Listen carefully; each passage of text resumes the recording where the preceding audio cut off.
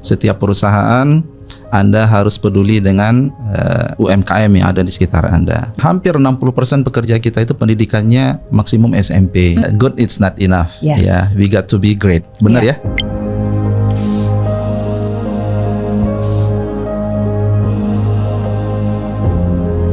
60% pekerja kita itu informal workers. Kemudian hampir 60% pekerja kita itu pendidikannya maksimum SMP. Ya itulah semua yang harus kita hadapi. Ya, itu menjadi tantangan dan sekaligus ya menjadi energi buat kita. Teman-teman itu sudah punya ekosistem atau model, mulai dari ada vocational training, sertifikasi. Ya, challenge kami adalah bagaimana membuat dia lebih masif, bagaimana membuat matchmaking dengan kebutuhan industri. Jangan sampai kita punya ratusan balai latihan kerja, latihan, kemudian ya tidak bisa dia termanfaatkan oleh industri. Nah, itu contoh. Kemudian regulasi misalnya, ada norma-norma ketenaga kerjaan gitu ya. Ini cukup banyak gitu ya. Bagaimana kita bisa mensinkronkan, mengharmoniskan, dan itu memberikan solusi terbaik kepada teman-teman pekerja dan industri. Nah, itu contoh. Ya, jadi kalau bahasa keren anak muda sekarang apa?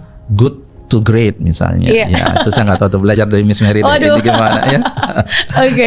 Dengan tantangan saat ini, good it's not enough. Ya, we got to be great. Benar ya? Betul. Betul. Ya, kalau melihat realitas saat ini, ya, I wish begitu ya, saya bisa paksa itu perusahaan. Oke, setiap perusahaan Anda harus peduli dengan UMKM yang ada di sekitar Anda.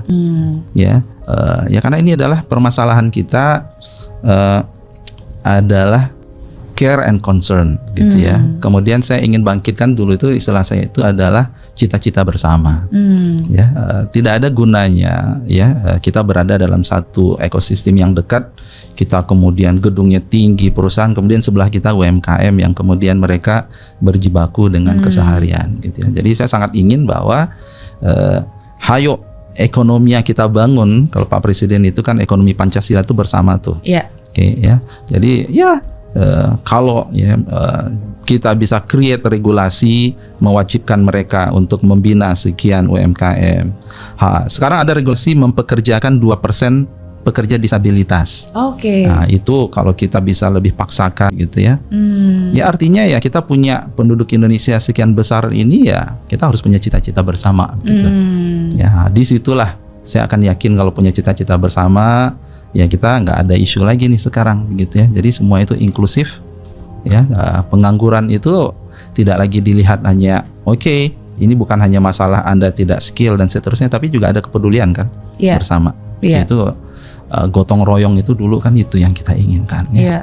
Kalau menurut Pak Menteri sesungguhnya apa nih yang menjadi permasalahan terbesar adanya pengangguran yang banyak gitu di Indonesia? Kalau secara teorinya, secara hasil researchnya memang ada skill, kemudian industri kita juga gitu ya. Jadi kalau industri kita ini punya daya saing, produktivitasnya tinggi, tumbuh, artinya mereka bisa menyerap tenaga kerja yang lebih gitu ya.